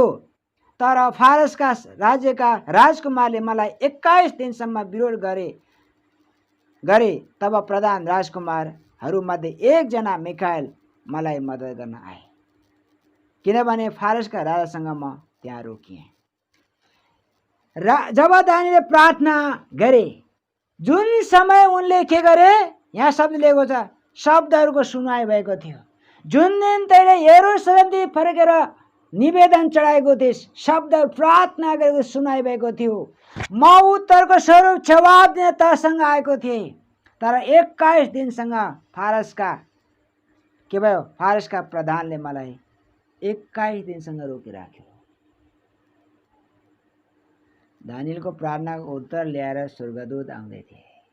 फारसका प्रधानले रोकिदियो, यानी कि शैतान छुड़ाउनुको आए मिखाएल। आज जब हामी परमेश्वर इच्छा अनुसारको प्रार्थना गर्छौँ, स्वर्ग साथमा छ। लडाईँ लड्नको लागि फौजको कमी छैन। छुड़ाउनुको आए मिखाएल, कमी छैन। सवाल यति हो, हामी आफ्नो इच्छाको बारेमा चिन्ता गर्न छोडिदियौँ। हाँ, साधारण विश्वास छ, सबको चिन्ता गर्नुपर्छ, काम गर्नुपर्छ। यसको मतलब यो होइन हामी सबै चिन्ता छोडेर हामी केही पनि नगरौँ, नहीं। तर जो कोही होस्, सर्वसाधारण विश्वासीले पनि आफ्नो बारेमा धेरै चिन्ता गर्नुभन्दा बढ्दा परमेश्वरमाथि भरोसा गर्न उत्तम हुनेछ।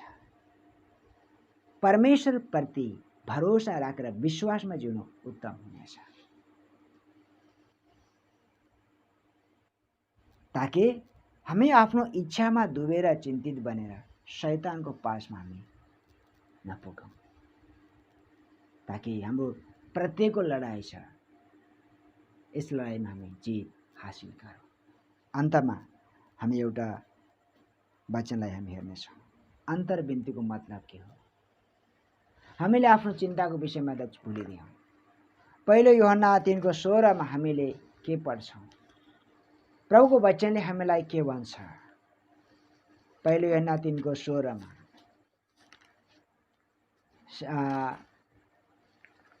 जस्तो प्रभु येशूले गर्नुभयो। हामी फिलिपी 2 अध्यायमा गएनौँ, सिर्फ त्यसलाई हामीले केही उद्धृत गर्यौँ। पहिलो यूहन्ना 3:16 मा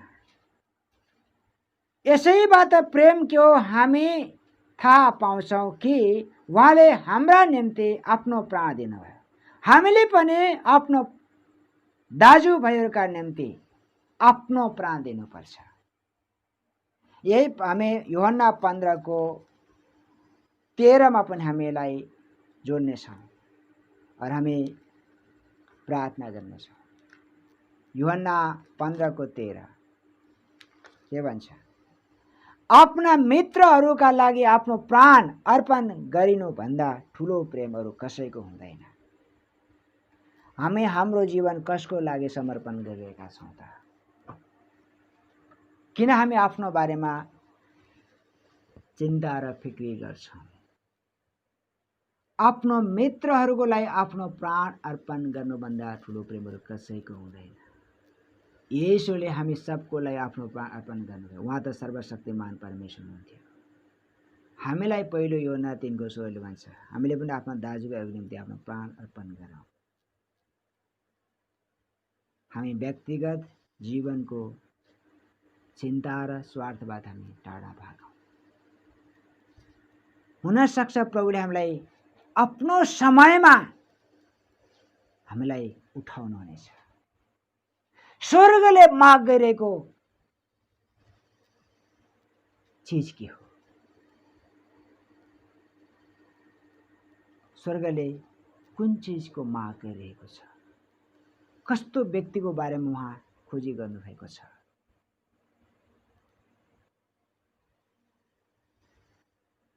काम गर्नको लागि परमेश्वरले स्वर्गदूतलाई जिम्मा दिनु भएन, हामी मानिसहरूलाई जिम्मा दिनुभयो। तो हामी मध्ये परमेश्वर कस्तो व्यक्ति चाहनुहुन्छ? हामी त्यस लायक बनाऊ। हामी आफ्नो विषयमा के नगरौँ, चिन्ता नगरौँ। हामी अरूको निम्ति के गरौँ, प्राण दिउँ। यसको मतलब हामी कसैको निम्ति मरेर म उसको लागि मुक्तिदाता हुँ भनेर हामी नसोचौँ, अन्यथा हामी के भन्छ, ठुलो गल्ती हुनेछ। कारण हाम्रो खुदको पतनको कारण बन्नेछ। तर हामी एक नम्र बनेर, यीशु एक मात्र प्रभु हुनुहुन्छ जसले जब आफ्नो प्राण दिएर दुनियाँको उद्धार भयो। अब हामी सबको पापको समय और कोही मर्नेवाला छैन। तर हाम्रो समर्पण के हो त? म दुनियाँको लागि उद्धारकर्ता हुँ भनेर आफूलाई चिनाउनु निम्ति होइन। उद्धारकर्ता येशू मात्र हुनुहुन्छ। तर किन प्रभुले हामीलाई राख्नु भएको छ त? हामी निरन्तर प्रार्थना र निवेदनको साथ उहाँको उपस्थितिमा लागिरहँ। आफ्नो बारेमा होइन, हामी अरूको विषयमा चिन्ता गर्दै प्रभुको सामने भनौँ। उदाहरण, मोसाले एक समय प्रार्थना गरेका थिए। सिनै पहाडबाट तल ओर्लने बेलामा मोसाले बिन्ती गरेका थिए, हे परमेश्वर, तपाईँले आफ्नो क्रोध किन प्रकट गर्नुभयो यति चाँडै? रोक्नुहोस्, मैले घटना परिस्थिति बुझेको छैन। परमेश्वरले रोक्नुभयो। नै त परमेश्वर भने मलाई नरकमा पूर्ण रूपमा सजाय दिनेछु। परमेश्वरले मोसाको बिन्ती सुन्नुभयो। आखिरमा तत्काल नाश हुनुपर्नेमा 40 वर्षमा अन्त्य भयो। तर हामी त्यहाँ के देख्छौँ? मौका थियो, समय थियो। कसैले कसैको निम्ति दुहाई गरिरहेको थियो, अन्तर्विन्ती गरिरहेको थियो, चिन्ता गरिरहेको थियो, फिक्रिरहेको थियो। मोसा जस्तो व्यक्ति देशको लागि, पुरा सिङ्गो समुदायको लागि। तर समय आयो, परमेश्वर 40 वर्षमा उहाँले जतिलाई नाश गर्न चाहन्छ नाश गरी सिद्ध्याउनु। आज पनि हामी यी मध्ये संसार त परमेश्वर क्रोधको कचौरा पिउन तयार भइसकेको छ, तयार छ। प्रभु आफ्नो काम गर्दै हुनुहुन्छ। हामीले त तमासा हेर्छ, मौका हेर्छौँ, कुन बेला कुन घटना गर्छ, कुन बेला कुन घटना गर्छ। हामी त त्यो तमासा हेर्नलाई के रहेछौँ, पर्खिबसेका छौँ। रहस्यमय छ भनेका छौँ, रहस्यमय छ भनेका छौँ, हामी घटनालाई हेर्न कुरिबसेका छौँ। हामी रहस्यमयको अवस्थालाई हेर्न नबसौँ। प्रभु यो गम्भीर अवस्था छ, नाजुक अवस्था छ, दुनिया नाश अवस्था छ। प्रभु कसै उद्धार होस्। हामी यसको निम्ति के गरौँ? आफ्नो बारेमा चिन्दै फिलिपी 2:4-6 अनुसार हामीहरू कसैको निम्ति निवेदन गरौँ। आउनुहोस् हामी समर्पणको साथमा प्रार्थना गरौँ। हाम्रो उद्धारको वस्त्रको विषयमा क्लास यहीँ समाप्त हुन्छ। 7औं नम्बरमा हामी पुग्यौँ र बाँकी क्लास हामी नयाँ थप विषयमा जानेछौँ। आज हामी जे सुन्यौँ तीनटा कुरा हामी सिकेका छौँ। विश्वासको ढाल, उद्धारको तरवार, प्रार्थना र अन्तर्गत हाम्रो जीवनमा बनिरहोस्। आउनुहोस् हामी शिर झुकाउँ, प्रार्थना गरौँ। हालेलुया, हालेलुया, हालेलुया। तपाईको उपस्थितिको लागि म धन्यवाद दिन्छु प्रभु। हालेलुया। कुन शब्दले म तपाईको सामु भनौँ? हालेलुया। पिता, यस घडीमा आफूलाई केवल तपाईको हातमा सौंप्दछु। मेरो लागि तपाईले कुन चाहिँ काम गर्न बाँकी रह्यो र प्रभु? तपाईले कोही कसुर बाँकी राख्नु भएको छैन। सृष्टिदेखि लिएर आज मेरो जीवनको निम्ति प्रभु, उद्धारको निम्ति समेत स्वर्ग छोडेर आफ्नो प्राण समेत दिइहाल्नु भएको छ। त म फेरि आफ्नो बारेमा किन चिन्ता गरौँ? प्रभु, तपाईले गर्नु प्रेमको विषयमा म कुन शब्दले म प्रभु वर्णन गरौँ? हे प्रभु, म केवल तपाईको हातमा आफूलाई सौंप्दछु।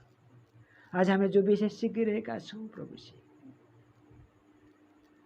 मेरो चिन्ताको विषय, तपाईले चाहेको योजना उद्देश्यका कुराहरू हामी सिकिरहेका छौँ प्रभु।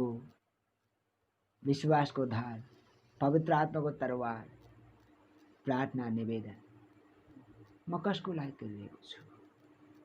हे प्रभु, मेरो लागि जो खाँचो छ अघिबाटै तपाईले पूरा गरिसक्नु भएको छ। हाम्रा चारैतिर यो समाज छ, देश छ, राष्ट्र छ, दुनिया छ प्रभु। त्यो भयानक क्रोध दुनियाँमा प्रकट हुने समय नजिक छ, किनकि तपाईको वचनमा लेखेको छ। पवित्र आत्मा सब कुरा हामीलाई याद दिलाउँदै हुनुहुन्छ और वचनमा लेखेको छ, थुपाको क्रोधदेखि हामीलाई बचा। हे पहाड हामीबाट खस, यो दिन नजिक आइरहेको छ। हामी कुन चाहिँ तमासा हेर्ने प्रभुजी? यसको हामी बिन्ती गर्छौँ प्रभु। नयाँ पिँढीहरू आइरहेको छ, नयाँ पुस्ताहरू आइरहेको छ प्रभुजी। हुन सक्छ नयाँ पिँढीहरूले, पुस्ताले तपाईलाई चिन्न सकोस् प्रभु। त्यो भयानक क्रोधको विपत्तिमा पर्नुभन्दा पहिले, नरकको धोका उघारिनुभन्दा पहिले एक एक व्यक्ति तपाईतिर फर्कुन्। एक एक व्यक्तिले आफ्नो पाप स्वीकार गरून्। तपाई सृष्टिकर्ता परमेश्वरतिर फर्कुन्, तपाईलाई चिनुन्, नाश नहुन् प्रभु। मेरो बिन्ती प्रार्थना छ पिता। दानिएलले प्रार्थना गरे, तपाईले सुन्नुभयो। जवाब स्वरूप तपाईले आफ्नो दूत पठाउनु भयो प्रभु। आज पनि दानिएलको परमेश्वर मेरो परमेश्वर हुनुहुन्छ। मेरो जीवनप्रति मलाई गम्भीर हुनको निम्ति केवल कृपा दिनुहोस्। मेरो जो विश्वासको जीवनमा कमजोरी हुन नपाओस्। मेरो विश्वासको ढाल प्रभु कमजोर हुन नपाओस् प्रभुजी। चाहे कमी होस्, घटी होस्, विश्वासमा म विश्वास गर्छु। जे अभाव छ तर त्यो प्रशस्तमा परिणत हुनेछ प्रभु। यो विश्वासमा खडा हुने तपाईको सामर्थ्य, तपाईको दयाको लागि म धन्यवाद दिन्छु। प्रार्थना सुन्नु सबैलाई म धन्यवाद दिन्छु। अहिलेसम्म साथ दिनुभयो प्रभुजी।